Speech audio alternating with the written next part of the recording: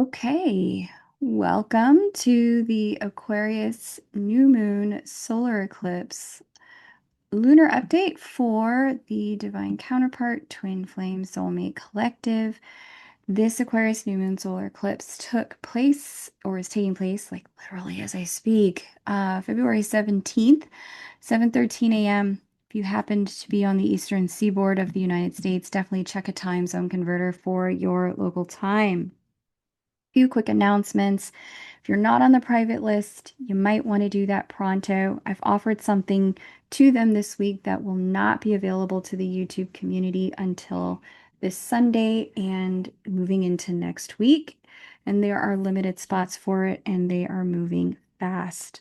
Especially if you've been waiting for me to reopen relationship readings, you want to check in about your connection, you want to get some guidance about where it's all headed this year, changes you're thinking about making, because it is a huge year of change. The momentum is already upon us, and I'm sure you feel it. Get on the private list. Readings are going to start being available very soon, but in a very exclusive way. And the private listers have priority in terms of access, and those spots are moving very quickly. I have two lives coming up. One this Sunday, it's Saturn and Neptune in Aries to talk about how important this transit is in terms of reshaping our identity and ambition, and thus our entire lives. We are going to become new versions of ourselves with this movement of Saturn and Neptune in Aries. So I know this community has felt this energy early. You felt it all last year.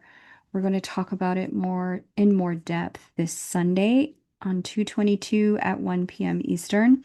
Then on Saturday, 228 at 11 a.m. Eastern, I'm going to talk about this guy here, Uranus, moving into the sign of Gemini. Just going to be a really big change. Again, so many of you are already feeling this energy, feeling the way that this is unfolding in your lives. Actually, sorry, I'm not going to talk about that one. I'm going to talk about the Aquarius Leo eclipse cycle. I do have a live coming about Uranus moving into Gemini. It's not yet, though.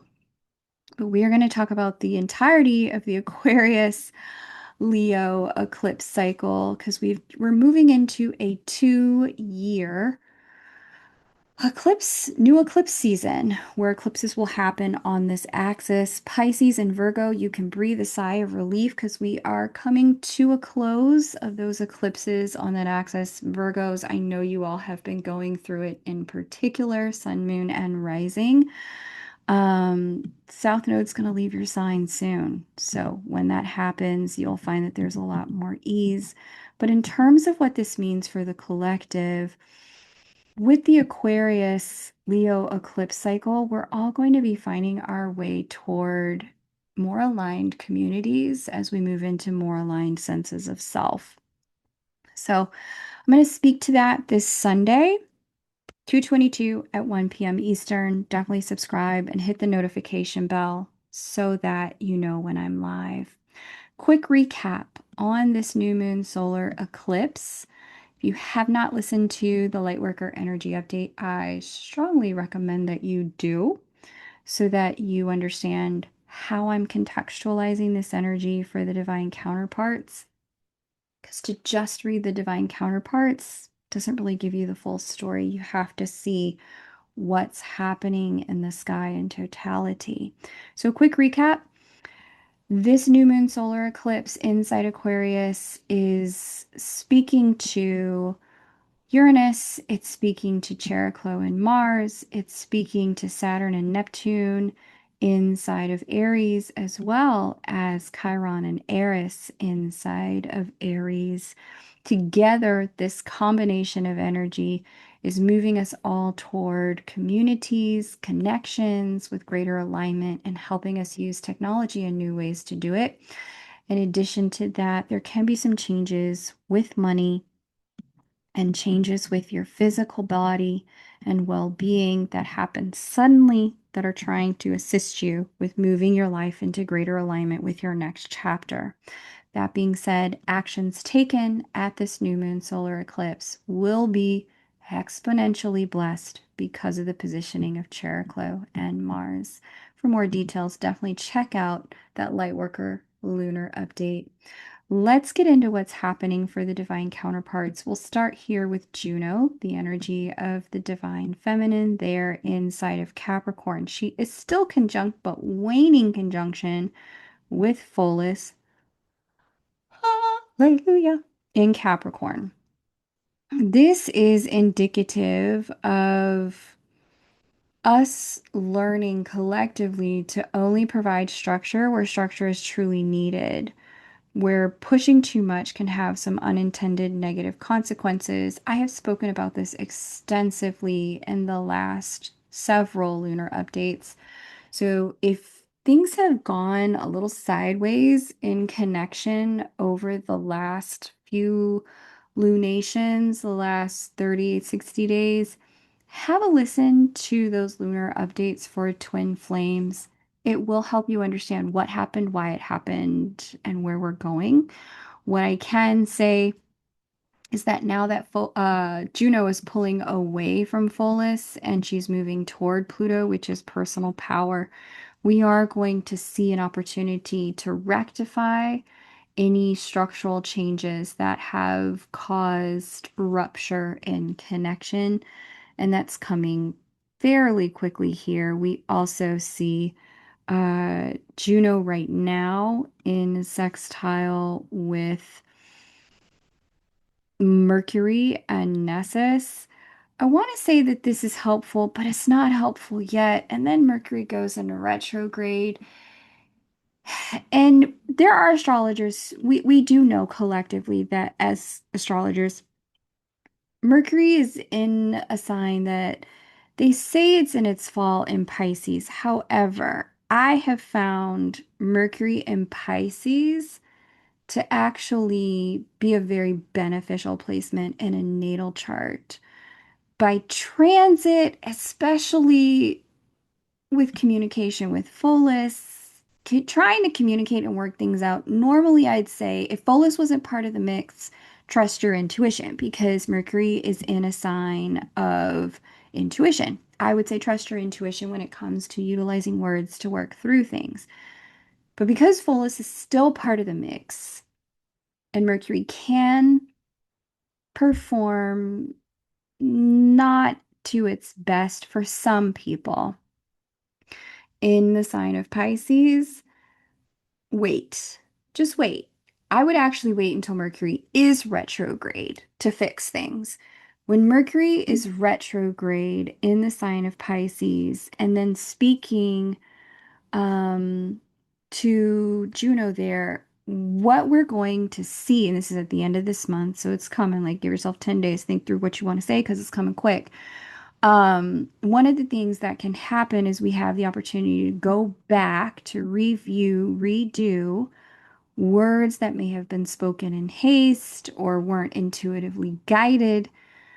We can go back and clean those up structurally during the Mercury retrograde. So that retrograde is coming.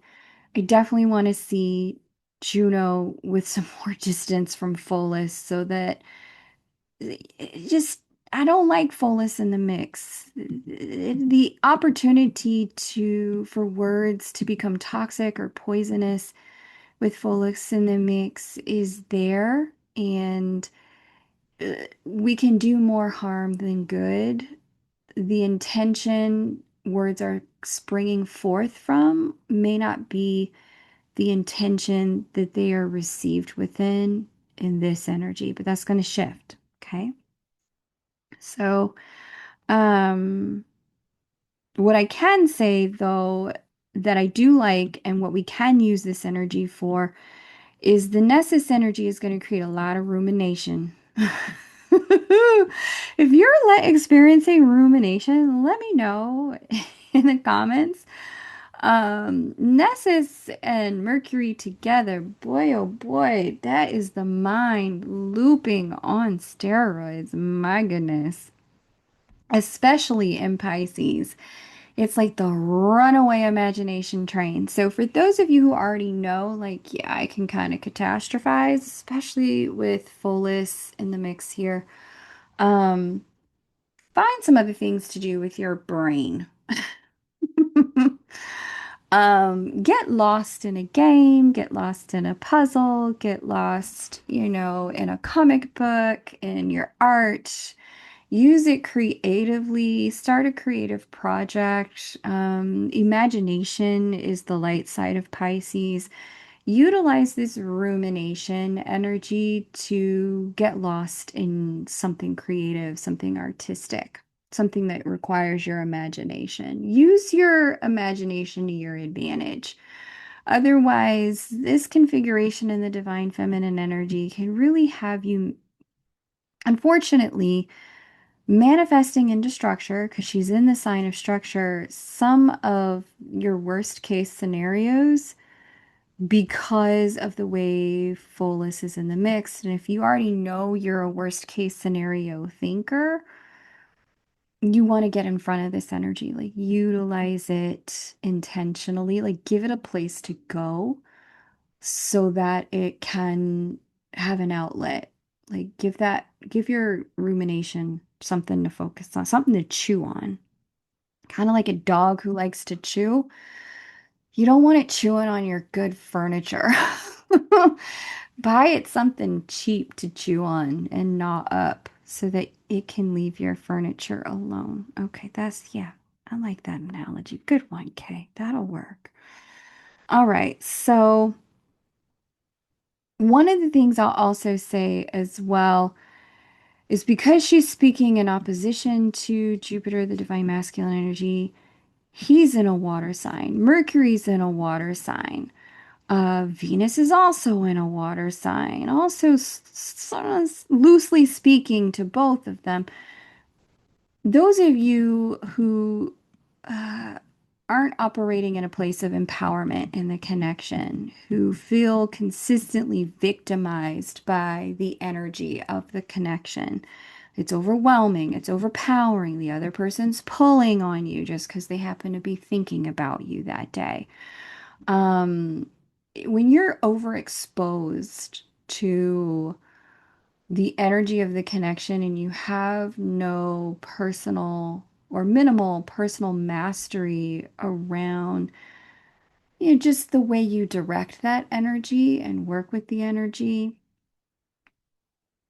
a transit like this, where Mercury is speaking to Juno, Pholus, toxicity is speaking to Juno, Nessus, obsession is speaking to Juno, and then Jupiter, the divine masculine, is speaking, but from an opposition point. And then Venus, glue, is speaking from a sextile point. This is where that amplification of victimization from the connection can really show itself. So if you're having that experience of feeling like, whoa, this connection feels heavy, it feels intense right now, I'm feeling all the feels, and I don't think they're all mine. I think some of them might belong to the other person. If that's the case, what I'm going to suggest, again, you need an outlet for this energy. You need to give that dog a chew toy. So, again, she is in the sign of structure. One of the best ways that you can utilize this is also the sign of tradition, it's the sign of work, it's the sign of boundaries. Some of you are really going to benefit from practicing some spiritual boundary work. Um, and this is very different than just redirecting attention. I'm literally talking about taking the energy, like putting it through a purification filter in spirit so that it can neutralize before it comes into your space. I'm also talking about utilizing spiritual wards to facilitate, like, okay, this is my space and my energy, and I have bandwidth to deal with me right now. I need you to take responsibility for you. So I'm going to allow, I'm not going to take on or pick up your energy right now. Okay. And so some of you do that with crystals, some of you do that with intention, some of you do that with prayer work, some of you do that with guides. However, you set your spiritual boundaries, I'm going to encourage you to set them. Lastly, I'm going to say here. Some of you are really going to benefit from that, from utilizing this intense obsessive energy and channeling it into your work. Especially those of you who are way showers for the collective. There's a lot of work to be done with Juno in the sign of career, public reputation, and visibility. There is a lot of work that can be done. The collective does really need your light and guidance right now, given some of the shifts and changes that are unfolding. This is a great time to channel that energy into something productive. Okay. Now, that is going to serve whether you identify in some format of union or some format of separation, because, like I said, all of these pieces put together make for a real intense time emotionally in the divine feminine energetic fields, especially if you've noticed that during water seasons, you get heavy. Because right now, we have, some asteroids, but also some planetary activity in water. Pallas, Venus, Mercury, Nessus, all in Pisces, Jupiter in Cancer, Haumea in Scorpio. And then in the next couple of days, we've got next week, Sun and Moon, both transiting into Pisces, amplifying and beginning Pisces season. So, all of that to say, if you're feeling emotionally overloaded by the connection, beautiful time to practice some of that spiritual work, to channel some of this energy into your work or your creative work. But then also where you need it, do some healing work. This is a great time as well for any sort of energy work, Reiki, emotional release work you can do to facilitate just release, forgiveness, letting go, um, cleansing the slate, spiritually cleansing your energy field in the body. Great time for that, whether you do that out in nature or you do ritual work or you do prayer work around it. This is a great time for spiritual replenishment and refreshment. And then examination, like what are the themes that are looping and coming up? Because these are the things that are asking for your attention for release and resolution. Okay. And this Mercury retrograde is going to help you with that release and resolution. Okay. So good stuff there. I love to see it. Let me see if I covered everything about that.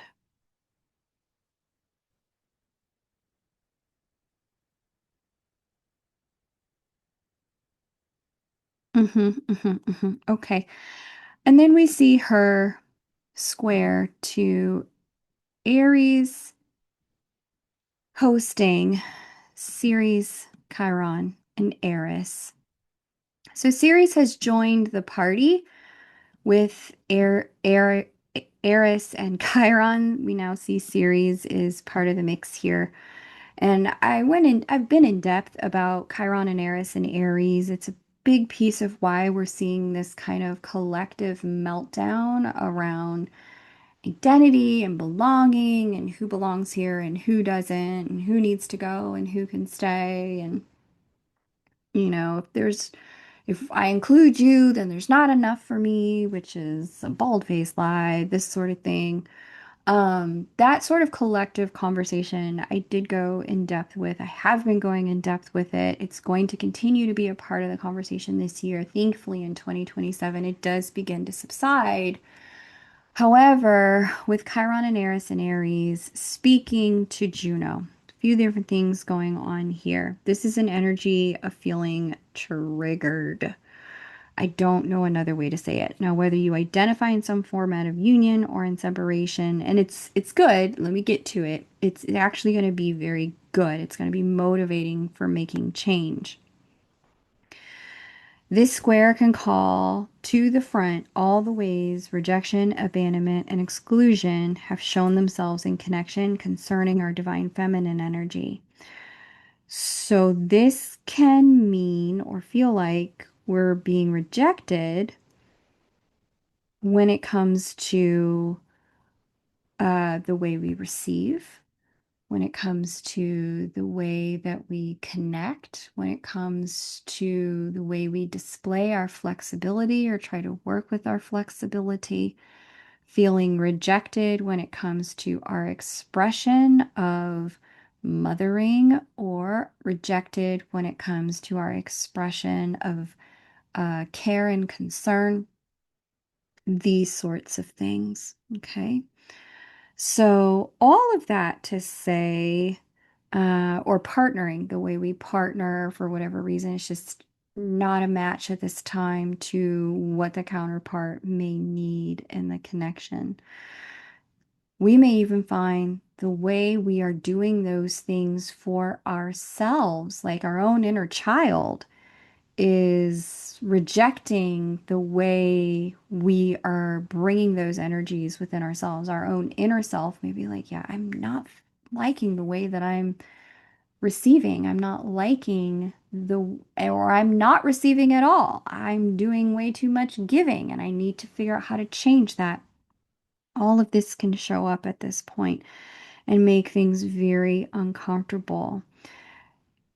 In particular, to go a level deeper, now I'm going to bring her into Capricorn, the sign of structure, where there has been desire to bring new structure to the connection, to ground the connection, to operate some boundaries in the connection, to bring something more traditional to the connection, or to establish traditions within the connection.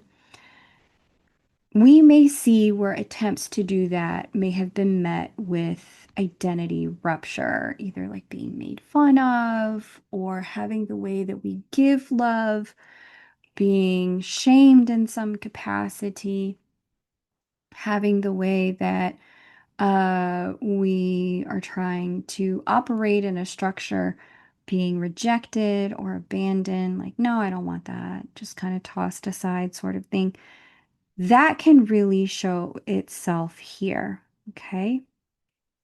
There's a huge amount of energy here for all of us. And this is where we get to the good part, the discomfort in that rejection, that abandonment, that sense of wounding around it, that sense of being excluded. This can show up as a place for personal evolution with the energy of this new moon. And that's how it works to our benefit.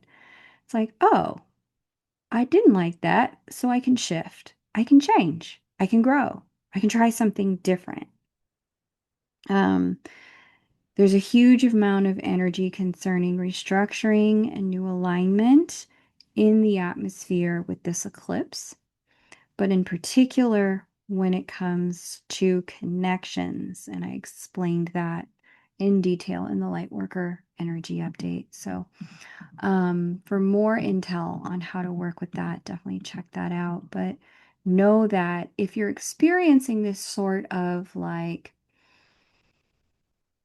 somehow, some way, the way I'm doing it doesn't work in my connection, whether you identify in union or you identify in some format of separation, this is where you may find that, uh, yeah, you get into a place of recognizing either I'm ready to change, and for a small few of you, yeah, the connections configuration doesn't work for me, and I need to change the connections configuration. Okay. Let's just see what else is happening here in the Divine Feminine's energy.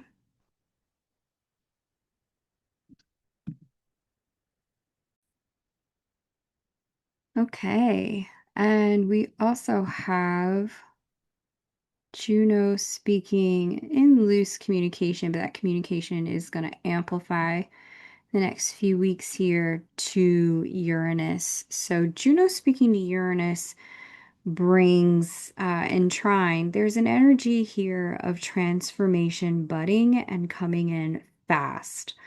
Like you may be able to feel that you're ready to start moving differently in the third dimension in the connection and start doing that with this eclipse energy. See, they're both in earth signs, third dimensional signs.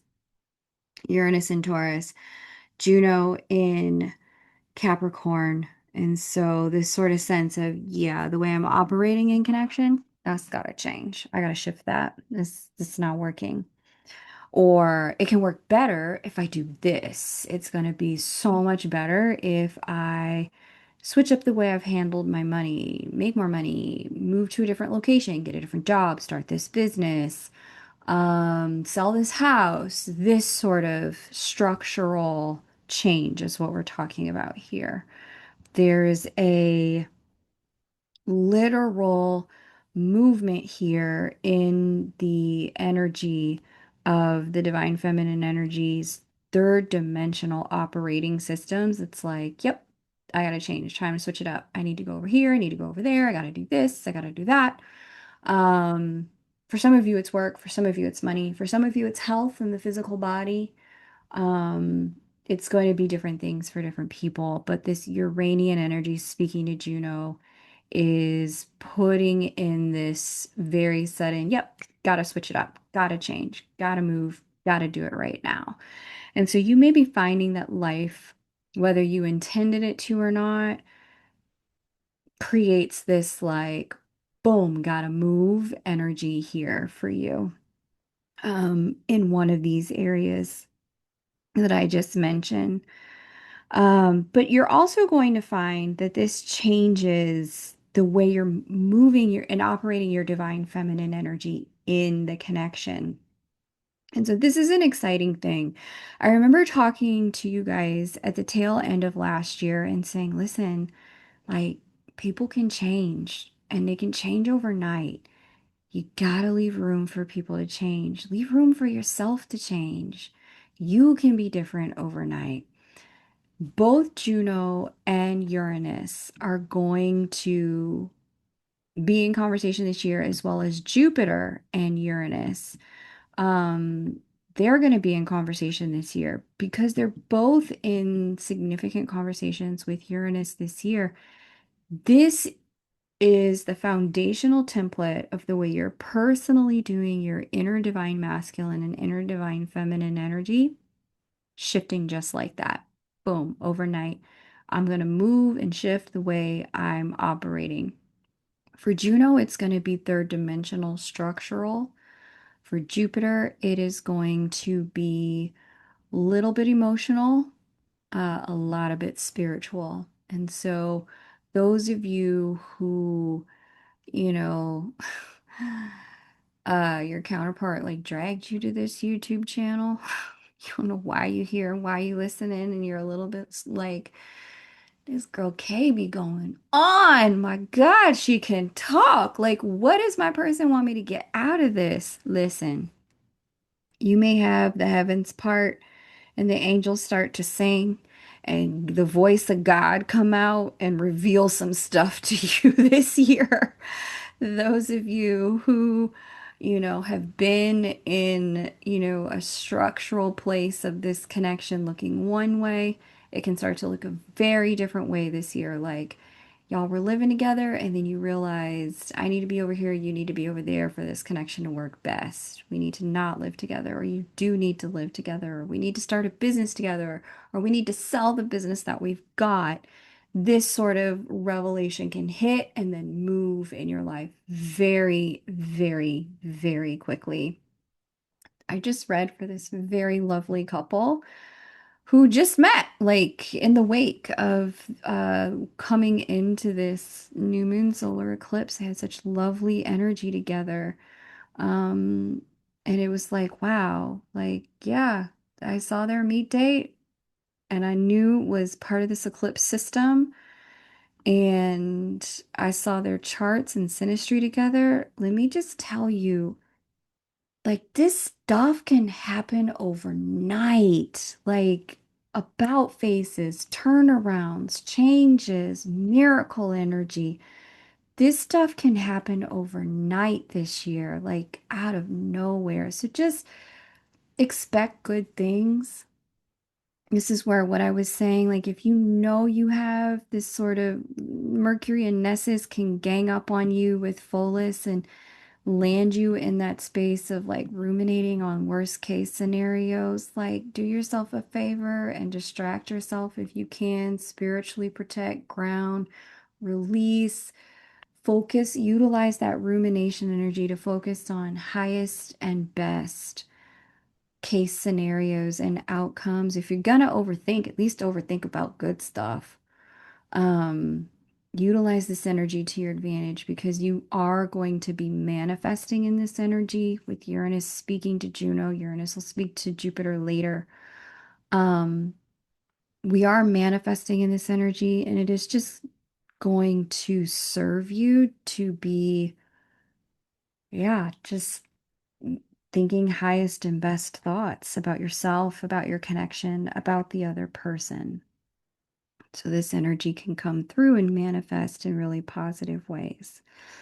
Okay, so that's that. And then we also see Jupiter opposite to Juno. So this is going to bring us into talking about the divine masculine energy. But what I will say here is that it can generate some tension in the connection. She's in the sign of structure, tradition, work, boundaries. He's in the sign of emotions, families, home, dwelling. Um, and he's moving retrograde. So there can be challenges getting on the same page and a need to offer some grace and space since the energies are there's oppositional processes, not just oppositional signs, but oppositional processes. She's direct, he's retrograde. Structure over here, third dimension, emotion over here, interior world. It's just, if you are finding, if you are in some format of union, but you and the other person are just like missing each other, stepping on toes, not on the same page, it's okay. Just trust the process here. You may even find that this is the case within yourself. It's like one part of you wants to go this way and do this thing, that the other part of you is over there in this process doing something completely different. Just, it's okay. It's okay. It is part of coming into the next season of harmony, which is coming up fairly quickly here. Just give it some time. Okay. Space and grace is going to be the name of the game. Whether you are in some format of union, some format of separation with this oppositional, opposite process energy. Great time for observation, great time for curiosity, great time to release judgment and to really be in the flow, knowing that today's state is definitely not final state. Okay. We see Juno square Make Make here in Libra. Squares bring that tension, and this is where we may see challenges integrating lessons from the past in the connection. But not to worry, that's going to dissipate mid to late April. Collectively, the ability to digest and integrate what we've experienced in connection will be better at that point. And so Juno is going to also be in a position of greater power and personal authority as she meets up with Pluto at that time. And so, if for those of you who are feeling in particular like victimized by the connection and by your own receptive energy, you'll be feeling more empowered by that come that time frame. Okay. So I love to be able to tell you that right now, the experience of feeling like, yeah, I've got these lessons, I need to integrate them, but I've got these things I need to do in my life and I don't really have time. That tension is, I like this because, especially for those of you who don't identify your 3D connection in some format of union, that tension of feeling like, I have all this stuff in the connection that I need to do or want to focus on, but I don't have time because I have all these things in the work world I need to do and need to focus on, or all these structural things are in tension with these relational things. This is life in a marriage. Like all of it's happening at the same time. And anyone who's married or identifying as in union with their counterpart will share with you, yeah, and we have to figure it out. And we get to figure it out in real time. I don't just get to put work down to be in the connection or put the connection down to be in work. I find ways to, be both a spouse or a partner and a CEO or an artist or a whatever at the same time. I'm all the things. And so this energy in the sky is a preparation for that, for those of you who want that. So I like to see it. It's like I said, it all serves a divine purpose. It is all good. We also see this sextile, loose sextile to Pallas and Venus there inside of Pisces. And for now, you may feel really guided with Pallas sitting with Venus, speaking to Juno, really guided to protect your energy a little bit in love. Really be protective of where, when, and how you give love, or being very intentional about how you direct your receptive energy, guarding what you receive and how you receive it, so that it has just a little bit more structure. You feel a little bit more safe. And so it's a beautiful energy there in the divine feminine energy fields. Now, if you have wondered, okay, when are you going to reopen Sinistry readings so that I can look at my chart, the chart of my union, my counterparts chart? There is an opportunity to do that in your inbox right now if you're on the private list. I will be sending a few more notes about it soon this week and announcing it to the YouTube community on Sunday and next week. But if you want a chance to book, now's the time to get on the private list and open my emails so that you can get best access to my calendar, okay? I'm letting you in on the big secret. Okay, now let's look at the divine masculine energy here. If you heard something that resonates so far, definitely hit that like button. Private list link is below this video. Jupiter here is retrograde in Cancer, like I said, and this has opened up a lot of review in the divine masculine energy spaces. We're using a lot of emotional energy. We're reviewing family connections. We're reviewing family programming, generational inheritances, breaking generational inheritances, generational curses, if you will, rewriting family programming, shedding generational patterns, and we're also reviewing where we live and our housing. There is a lot of shedding of these things now. And some people may be revisiting these things during this time period only to shed them suddenly in late May and into June and July. So if you have found like you slid back into a pattern in your family or a role that you don't like playing, you've slid into a dynamic with your mother as a mother or in relationship to your children's mother or children's other mother that you don't want to be in. That backsliding has happened. Or an emotional program that you used to run, let's say an addiction or something like that, that doesn't work for you anymore. If that emotional programming has resurfaced with Jupiter retrograde, come June and July, you may get to a place, even in late May, where it's like suddenly, remember I said suddenly earlier, suddenly it's just like, okay, yeah, I'm done with that. Um, and I like to see that. I like knowing that that's going to happen, and that's going to be a function of Jupiter then speaking to Uranus and then speaking to Lilith, like at the same exact time. Lilith likes to do things her way, and she's going to be in the sign of truth. Uranus wants divine change and is in the sign of self-worth and self-value. So know that this sort of backslide, whether it's you, whether it's somebody else, know that this is temporary for sure, for sure. It is like going back to your, old high school and then remembering, man, I'm so glad I graduated and got out of here. Whew, high school. Wow, yeah, graduated. I'm in a whole other place in life right now.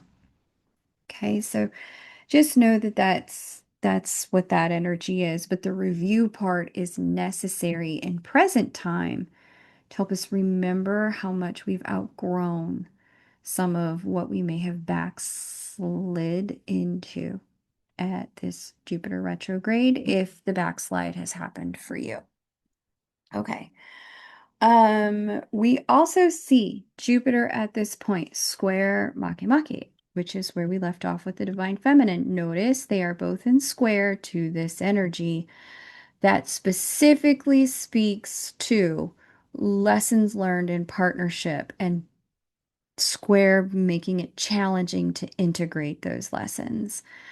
Again, it serves divine purpose, especially in the divine masculine energy where there's this home and dwelling and family review, especially for those of you who've had the dynamic in your connection where the part of the challenge in stabilizing your union is family. How are we going to handle the kids? How are we going to handle where we live?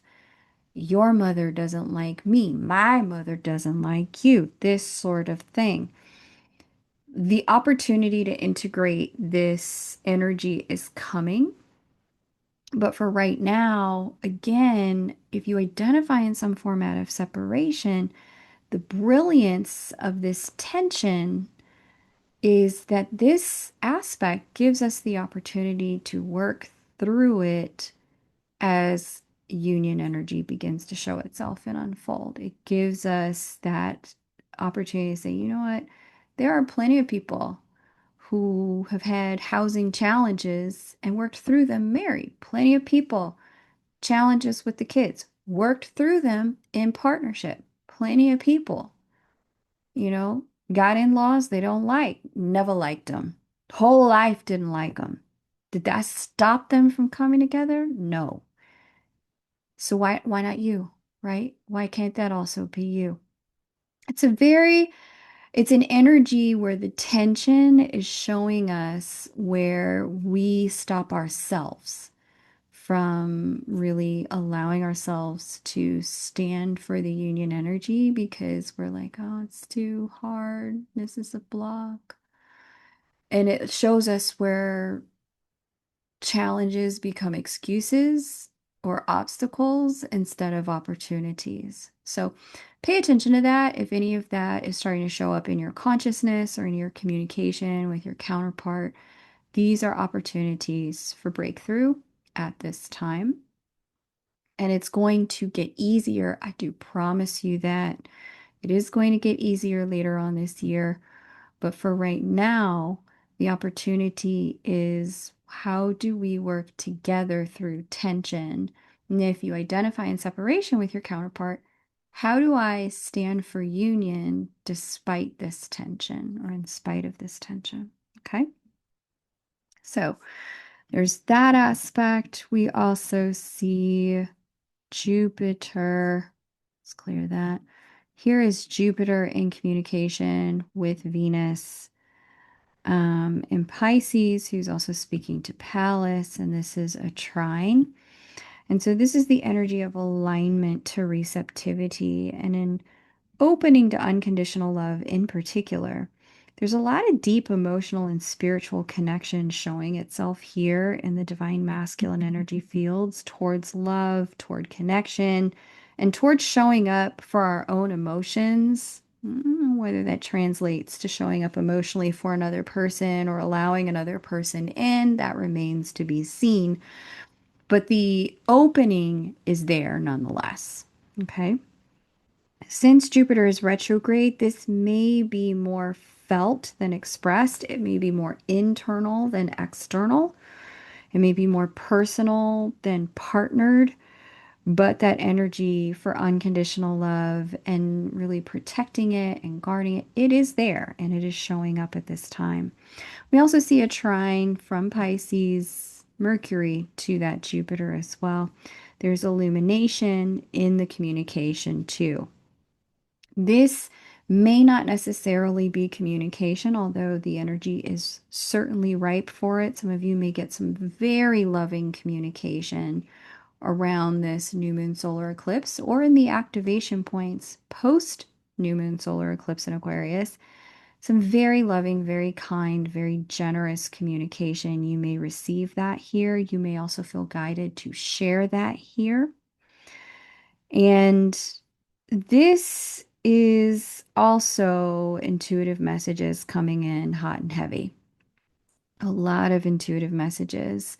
So those of you who are uh, getting, used to getting downloads and insights, especially in the dream state, you may find that this aspect opens that up. You may also find those of you who identify as empaths, especially if your partner is like struggling, you can send good signal right now. Like the frequencies are open for sending support, sending love, sharing if you are guided to do that. Some of you are not. Some of you have been sending way too much and you need to pull back and let somebody else, deal with their life, with their guides and God and the divine on their own. But some of you feel guided to. So this is the frequencies are clear for sending good energy. They're very clean right now for that. Likewise, you may find emotionally you're a very clear signal to pick up energy. Right now, you may be receiving a lot of information about another person's emotional state and consciousness right now. Lastly, we also see a loose square here from Jupiter to Ceres, Chiron, and Eris, who stars of the show, I'm telling you, like these Chiron and Aries, man, they just don't quit. Like they are truly trying to help everybody rewrite ego patterns right now. And it's so healthy and so good and so hard at the same time. This can be very insecurity making. Now that Chiron and Eris are direct in particular, that opens up an energy of recognizing where we don't fit. So both divine masculine and divine feminine energy are getting this lesson now. You know what? I don't fit.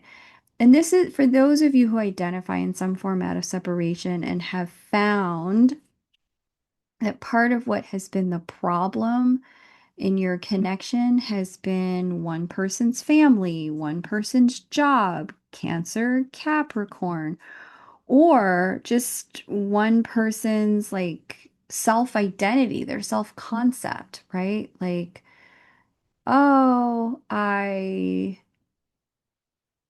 a monk and so I can't have a divine counterpart, like I've taken vows of I don't know, never loving in chastity forever. Pick something, right? Like whatever somebody can have as a self-concept that gets in the way of being in connection. Both divine masculine and divine feminine are getting this sort of consciousness shift at this point of looking at that from a new perspective and a new angle and recognizing how uncomfortable that identity can be when it comes and how the ways in which that identity is really kind of locking us out of experiences we may want to have in connection. Okay. So that is really a helpful energy to be having at this point. That's sort of, aha, I see. My lone wolf identity means that I am the problem in love and I don't have to continue to be my problem, right? This sort of thing. This is good. It's all good. It's challenging, it's uncomfortable, but what do we do when the bed is uncomfortable? We toss it out and we change the mattress. We get something new. We change it up. So discomfort leads to change, and that's what this is here for. Oh my gosh, I am so blessed, so honored, so tickled and so excited that I got to share this new moon solar eclipse with you. Thank you so much for your patience. I have been hard at work at something behind the scenes, and it is finally ready to share with you. Please, if you're not on the private list, jump on it so that I can give you special access to it early. I would love to share this with you because those of you who want readings with me, this is going to be the way to do it. And mark your calendar, and I will see you on 222, 222, and 228 for lives. It's going to be a good year. I know it's been challenging so far, but I do believe 2026 has the potential to be a really good year for us, guys. Hang in there. I love y'all so much, and I will see you at the next lunation, if not sooner. Take great care, and bye for now.